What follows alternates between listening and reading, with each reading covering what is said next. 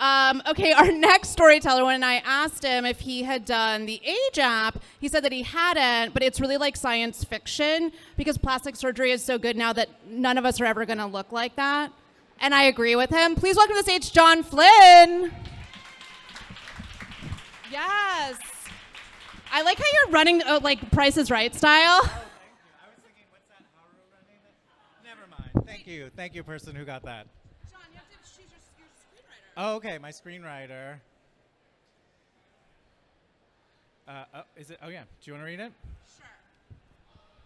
Scott and Sarah Naar. Oh, I got a duo. Hey, guys. How's it going? All right, I'm gonna do this.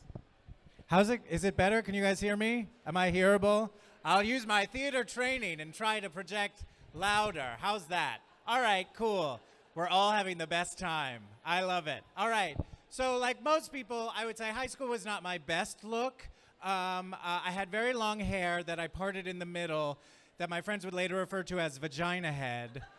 I was a very overweight and very effeminate kid, and I was like overweight enough that it looked like I had just like fat pecs, but they looked like they could be like burgeoning breasts, and so I was often mistaken for a woman, a lesbian, but still a woman. Not helping matters was the fact that I was a huge drama nerd. I auditioned for every show at my high school. I like snuck into other high schools and auditioned for their shows to see if I could get in them. And I grew up in New Jersey, so once I got to high school, I started cutting school and sneaking to New York City so I could like buy new cast recordings or go see matinees of Broadway musicals. I was that person. And my sophomore year, I had saved up enough money to buy a ticket to one of Michael Crawford's final performances of The Phantom of the Opera, which had just opened on Broadway. And of course, I went to the box office and made sure that I had a single seat right below where the chandelier was going to fall. It was his last week of the show. I was like, this is a legendary performance. I can't miss this. I was very excited. So the weekend before that performance I was supposed to go see, my parents were out of town on vacation. I got to stay home because I was performing Eugene in my high school production of Grease. And so I was like, I made a commitment to this theater show. I can't go on a vacation, Dad. This is what I want to do. And they were like, whatever, you weird child we have. So that Saturday afternoon, me and a bunch of my friends from the show, we were doing what normal drama kids did at the time, is we were at the mall stealing stuff. Because even though we were nerds, we knew that paying for stuff was for suckers. So I vividly remember I was wearing my black acid wash denim jacket. I had just gone into Sam Goody with my friend Susan, and I'd already stolen from Prounds the cast recordings to Camelot and Dreamgirls. Yeah, you're pretty jealous of this haul. And as I'm going through the cassettes at Sam Goody, I come across this cast recording that I became obsessed with for this British mega musical called Time.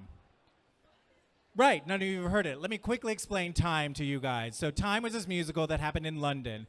It told the fictional story of a rock star who in the middle of a concert is magically transported to the high court of the universe, where he has to defend the planet Earth in the case of the Time Lord versus the people of the planet Earth. Because the Time Lord thought that the people of the planet Earth were a threat to intergalactic peace and should be destroyed before they had, figured out nuclear power and stuff.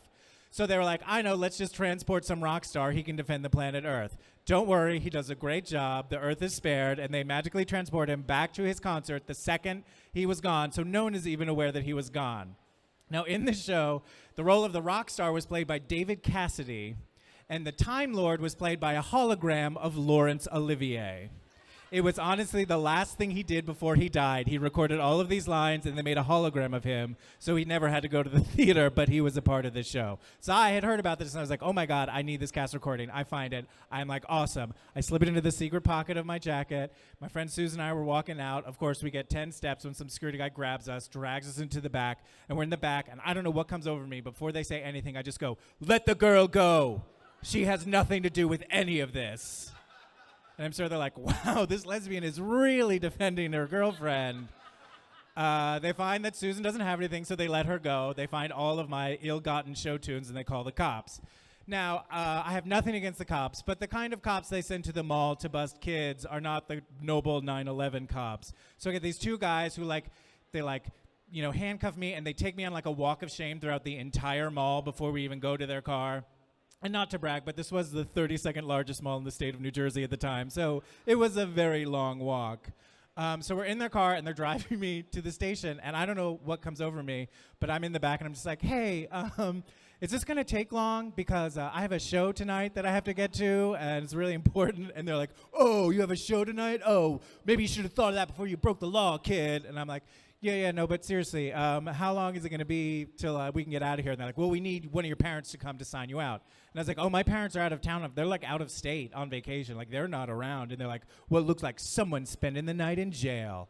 And that's when I started crying.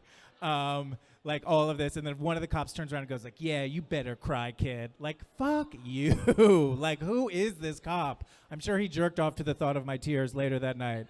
Anyway, so we get to the police station, and they like get all my information, and they fingerprint me and all this stuff. They put me in the room with this other guy, and this other guy who's also been arrested for shoplifting.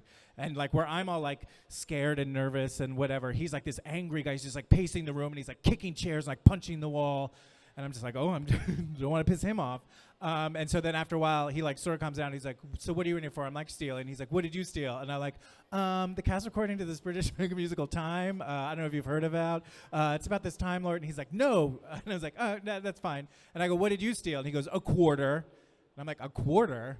Where did you steal a quarter? And he goes, it was on the dashboard of someone's car. And I was like, you were stealing the car. And then you said it was the quarter. And he's like, no, it was the quarter. And I was like, I don't need your life story. So I'm there for about like an hour or two until finally when the police comes in, they're like, well, Mr. Flynn, seems like your father's a pretty important man, so we're going to take you to your show. And yeah, at that time, my father was the senior district attorney in the state of New Jersey. Some of the people who have come and had dinner at our house growing up as a child include the real life Donnie Brasco and Supreme Court Justice Sam Alito. This is before he was a Supreme Court Justice. Now, I don't remember specifically, but I do know often as a child I would subject dinner guests to a puppet show. So it's entirely possible I made Supreme Court Justice Sam Alito sit through a show starring Miss Piggy and an orange dragon, which may explain why he's so homophobic. Which case, I'm sorry or you're welcome. Anyway, so they're driving me to my school for the show.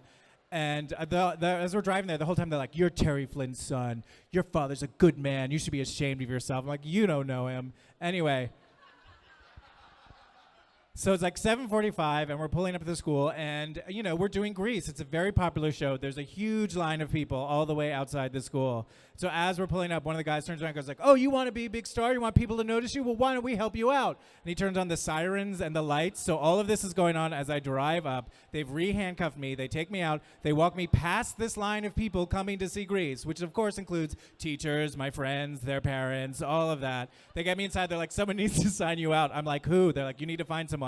I go back into the line. I find my English teacher. I'm like, hey, do you mind signing me out of police custody so I can do the show tonight? She's like, sure. She signs me out. I like run. It's literally like 8:05. I like run backstage, and I'm thinking everyone's hoping that no one has heard / thinking they're all gonna hate me. I get backstage, and everyone sees me, and they start chanting, "Fingers, Flynn! Fingers, Flynn!" Like I'm a hero. And of course, I like buy into it. I'm like, you know what? Yes, I am. Thank you. Do the show. Of course, I'm a professional. I made a commitment. I'm doing the show. And I'm like feeling really good. Like I was really grounded and connected tonight. And I come on stage, and my parents are there. They have cut their vacation short, and they are not happy about it. So then they walk me to the car. I was walked a lot this day. And then as they're driving me home, like my parents are yelling at me, and then like my dad uses argument that he used a lot. I don't know why. He'd be like, well, what if one day you want to run for political office? You think anyone's going to vote for someone who's got a criminal record? I'm like, I don't care. And then he pulls out the big gun and goes, well, I'll tell you one thing. You're not going to go see Phantom of the Opera next week. And again, that's when I was like, no, you can't do that. This is a legendary production. It's a performance. And he's like, no. And I start crying again. And then my mom turns around and she goes, do you want to tell us something? I think she was like, come out as a homosexual right now. That'll sort of muddy things, and I can get you to Phantom. I didn't pick up on that. So I ended up not seeing Phantom of the Opera. Thank you, but literally that production is still running today. It is a long time ago. Anyway, But what I did do is a few weeks later, I went back to Sam Goody to buy with money the cast recording to Time, the British mega musical, because I still was obsessed with it. And I gave it a listen. And you know what? That musical sucks. It is terrible. There's a reason you have not heard of it before tonight. It was a terrible show, and I cannot believe I missed the legendary performance of Michael Crawford in The Phantom of the Opera for that piece of garbage. Thank you all very much. That is my story.